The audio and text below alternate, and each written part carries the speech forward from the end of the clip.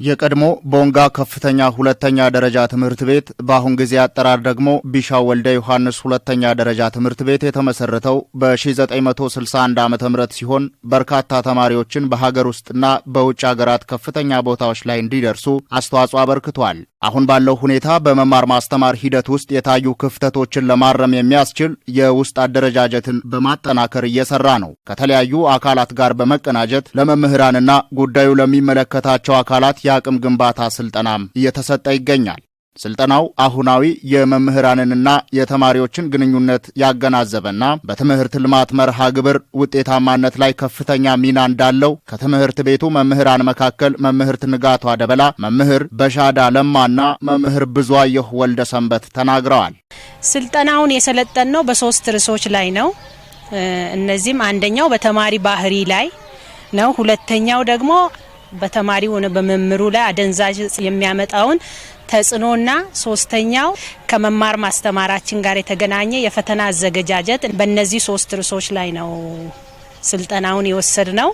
በአዳዲስ ምርምሮች የነበሩ ምርምሮች የተተኩ ነው የሚሄዱና ስለዚህ ስልጠና አሁናዊ ስኪል ለመሙላት ጋፖችን ለመሙላት እጅግ በጣም ወሳኝ ነውና ብዙ ጥቅም ብዙ እውቀት አገኝተንበታል። አሁን ትልቅ ችግር የሆነው የተማሪ ስነ ምግባር ስለሆነ በተማሪዎች ስነ ምግባር አያያዝ ላይ ስልጠና ወስደናል። ነገር ግን ቴክኒካሊ እነዚህ ፈተና አዘገጃጀት ላይ የተማሪዎች አያያዝና አደንዛዥ እጽ እንዴት ጎጂ እንደሆኑ ያየንበት ስልጠና ነውና የወሰድነው። ከዚህ አንጻር ስልጠናው እጅግ በጣም ጠቃሚ ነው ብዬ ነው አስተያየት የምሰጠው።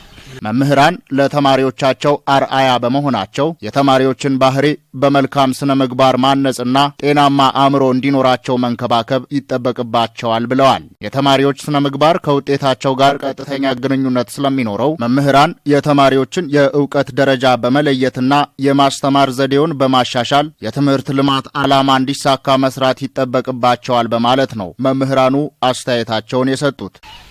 መምህራን በተግባር ከሰሩ ልጆቻቸው ተማሪዎቻቸው ኦልሞስት መምህራንን ይመስላሉ። ስለዚህ የተሻለ መምህር ክላስ ውስጥ አክት ካረገ የተሻለ ተማሪ ክላስ ውስጥ የማይፈጠርበት ምክንያት የለምና በዋናነት መምህራን ላይ ስልጠና መሰጠቱ ፍሬው ተማሪዎች ጋር ሄዶ እንዲበቅል እጅግ በጣም ይጠበቃልና ውጤት ሊያስመዘግብ በሚችል መልኩ ታርጌት የተደረጉ ሰዎች የወሰዱ ስልጠና ነው ለማለት ነው። ከዚህ ቀደም ይዘጋጅ የነበረው ፈተና ተማሪዎችን በሀገር አቀፍ ደረጃ ብቁና ተወዳዳሪ እንዳይሆኑ እንቅፋት እንደነበር የተናገሩት መምህራኑ ብቃታቸውን በእውቀት በአመለካከትና በክህሎት ለመመዘን የሚያስችል ግብዓት ከስልጠናው ማግኘታቸውን ገልጸዋል።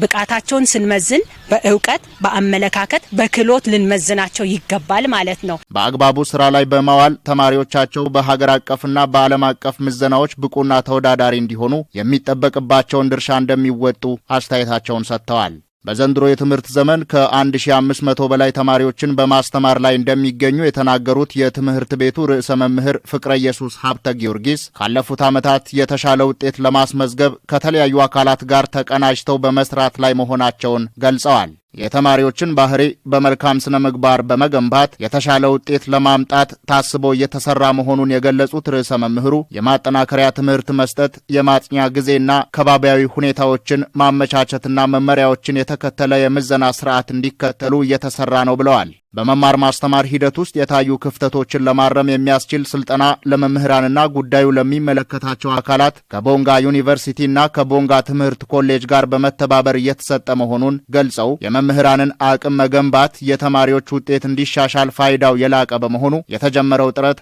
ተጠናክሮ እንደሚቀጥል ተናግረዋል።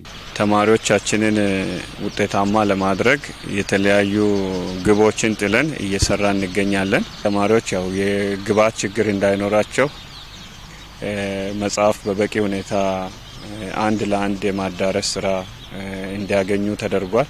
ተማሪዎች በክህሎትና በአመለካከት ላይ ለውጥ እንዲያመጡ ማነጽ ይገባል ያሉት ርዕሰ መምህር ፍቅረ ኢየሱስ በየደረጃው የሚገኙ የትምህርት ባለድርሻ አካላት ሚናቸውን እንዲወጡ አሳስበዋል።